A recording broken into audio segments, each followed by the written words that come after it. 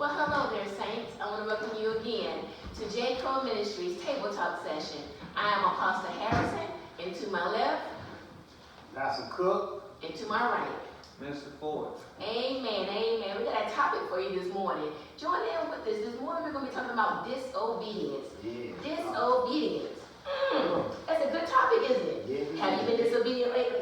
Oh, you know you don't obey everything now. You know you break those laws. You done read that red light. You done ran that stop sign sometimes. We all are not perfect, are we? We all have some faults. So come on, we're going to join in with this, and we're just going to go ahead and tackle this word dealing with disobedience. First, I can reference the scripture, Romans 5 and 19. And it specifically says that for as by one man's disobedience, many were made sinners. Okay, you know who was disobedient, right? Adam, exactly. So by the obedience of one shall many be made righteous. You know who that was, right? King Jesus. Amen. Amen. Amen. Okay, come on, let's talk now. Talk to me. But then, you know, in Apostle Harris and I were looking at Colossians chapter 3, verse 6, and it said, for which things sake the wrath of God coming on the children of disobedience. Verse 7 said, and then it said, in the which ye also walked sometime we lived in them, but now you also put off all these anger, wrath, malice, blasphemy, filthy communication out of your mouth. Verse 9 says, lie not one to another, seeing that ye have put off the old man with his deed. Verse 10 said, and put on the new man, which is renewed in knowledge after the image of him that created him.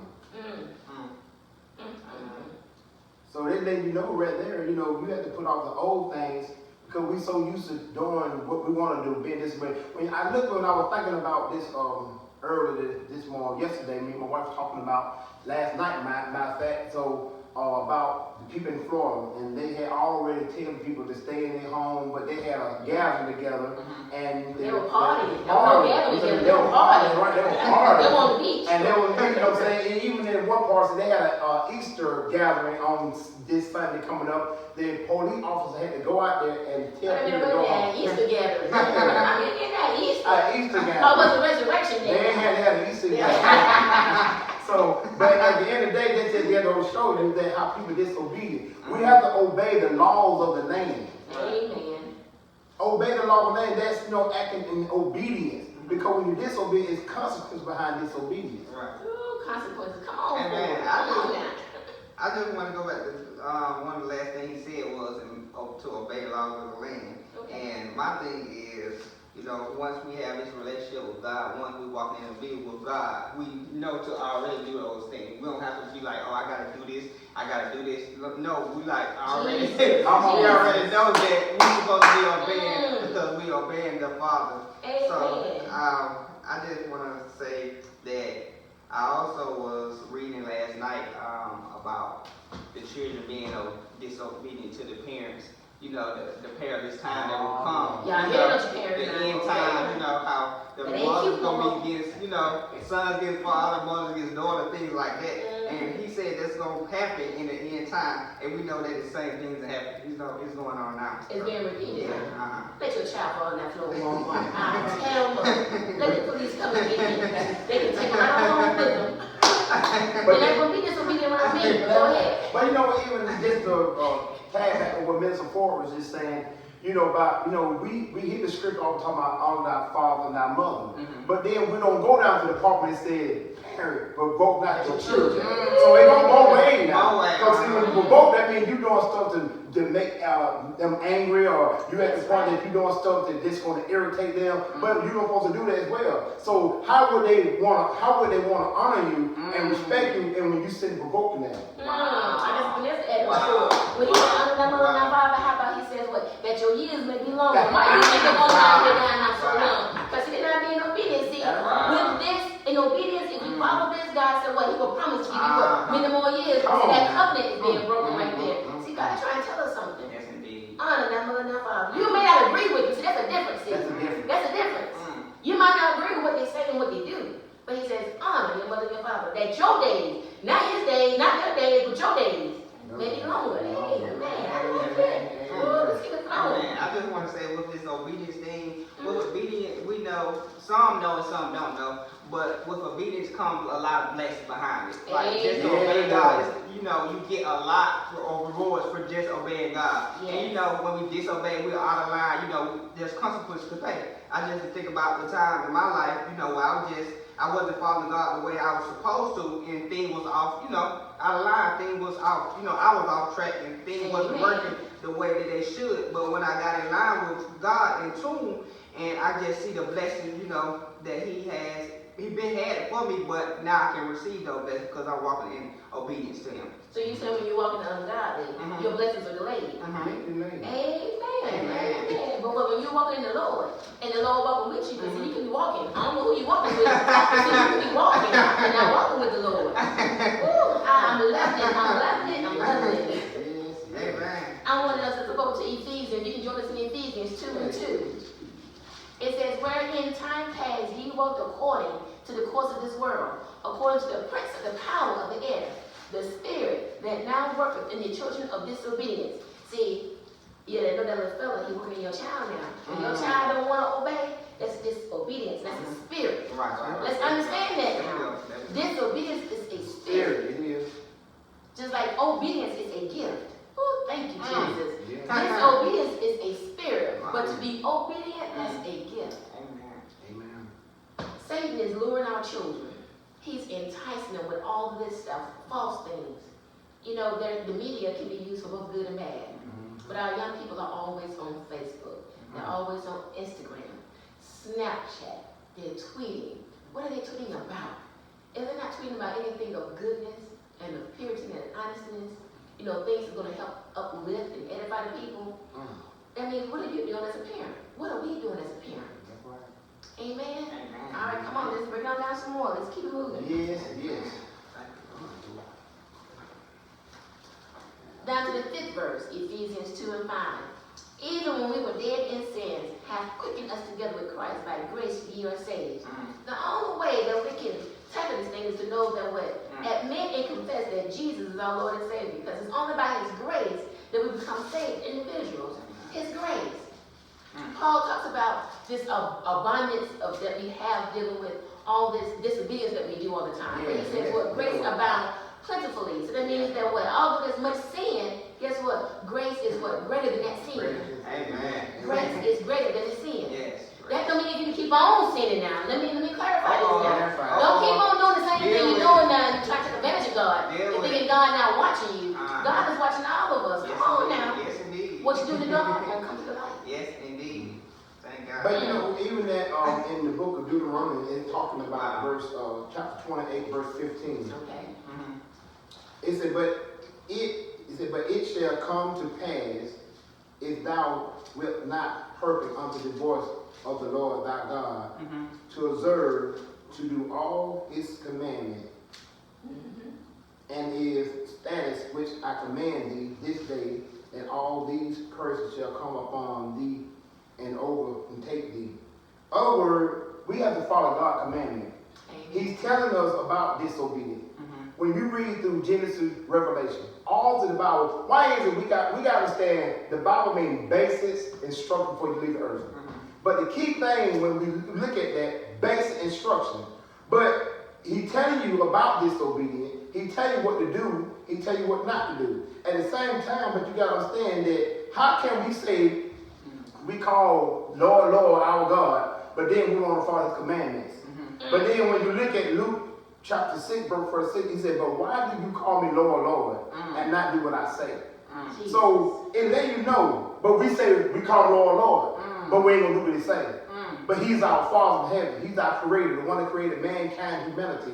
But when you say he's by keeping his commandment, by keeping commandment, being you know, when you disobedient, you're not keeping his commandment. Amen. But when you obedient, you're going to keep his commandment because you follow his will or what God's word is saying. Right. We need to take God's word and know it and really take it to heart for real and obey what his word is saying. Because he's telling what will happen to you when you're disobedient.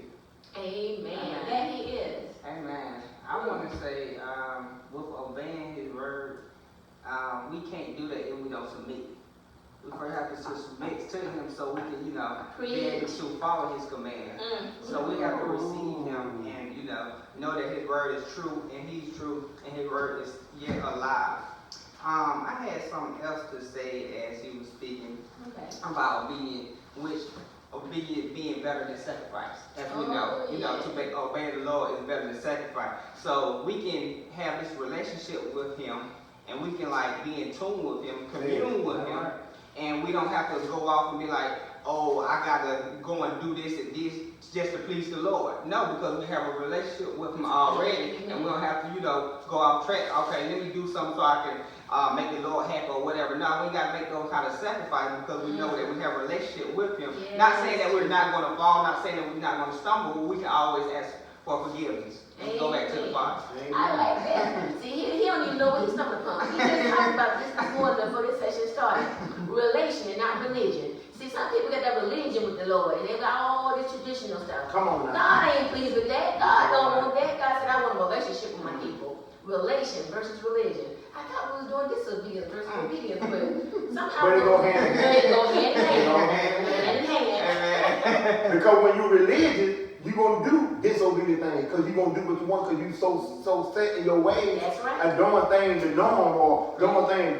Thank God this stuff going on that he's doing the unknown. You know what I'm saying? So at the end of the day, when you're religious, you're going to do this and that because you've been taught by your grandparents or your parents and you've been, and I'm not knocking that because I thank God. They were wrong. They were wrong. At the end of the day, that's the way they were taught. But now, God, we got to understand, we got to take the word as value and read the word and get an understanding of what the word is saying. That's what the Bible says, study to show thyself approved, or work and not be ashamed, but rightly divine word of truth.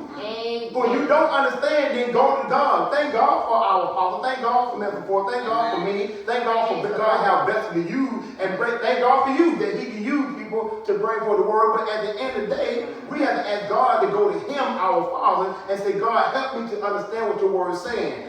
We can fit everything there, but we won't fit God's word. The Bible talks about in Psalm 34, it said, hearken unto me. I will teach you how to fear. Psalm 86 talks about, teach me thy way, verse 11 and 12, it says, teach me thy way, walk in thy truth, unite thy heart that may fear thy name. We'll fit everything there, but we won't fear God's word. But the very one can take your life and soul. The very one can sit there and they created you to wake you up in the morning. It wasn't the time clock. It showed one the 7 it was God. But we have to be, when you disobedient, God, he's chastising what he loves. He's showing you what's going on now in this world, how people being disobedient. He's showing you what the wicked is doing because the Bible says the world gonna love its own. That's right. They gonna love their own. But guess what? We live in the world, but we're not of the world. And once you confess it, then you possess it. But when you possess, you say you possess it, but you ain't but you ain't possessed because if you got the Spirit of God, then you will be obedient to his word. I got it. It's so good how we take on fear to obedience. And guess what? To fear the Lord is to obey the Lord.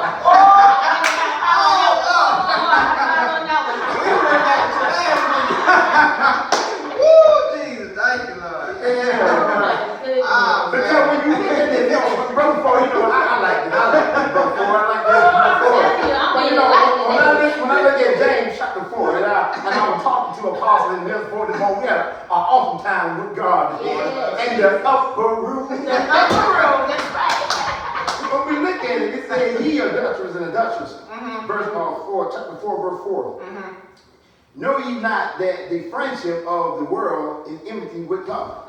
But I like the part with him. He got a question mark. Whosoever therefore will be a friend of the world is an enemy of God. At the end of the day, you ain't gonna win. Because I don't want to be enemy of God. Yes, Lord. We talk about North Korea and all these countries. I've been in the military. I served for a year. But you know what? Thank God, whatever. But at the end of the day, I fear God. Amen. Because this is the one that created the universe, the heaven and earth. Come on. This is the one that created mankind, humanity. This is the one that created all the stars and moons and the trees and everything. This is the one that created everything. And the one can take my very life, my very soul, and come on, y'all. But he said, an enemy of God. When you're disobedient, you're an enemy of God. When you go against the word, you're an enemy of God. When you are sinning, you're an enemy of God. When you're in a hotel, motel, Holiday Inn. cheat on your husband, when you sin, come on, you cheat on God. Because guess what? I know how many before said that. When you cheat on God, but guess what? You married to God first, you married the husband, wife second. Come on, talk to me. Some of y'all ain't even married. And some of y'all ain't married. It said no ringing. You ain't got no ring in your hand. You don't need to be sitting there messing with somebody, husband, wife, or messing with somebody, period, because you ain't married. Undercover. You ain't undercover. You never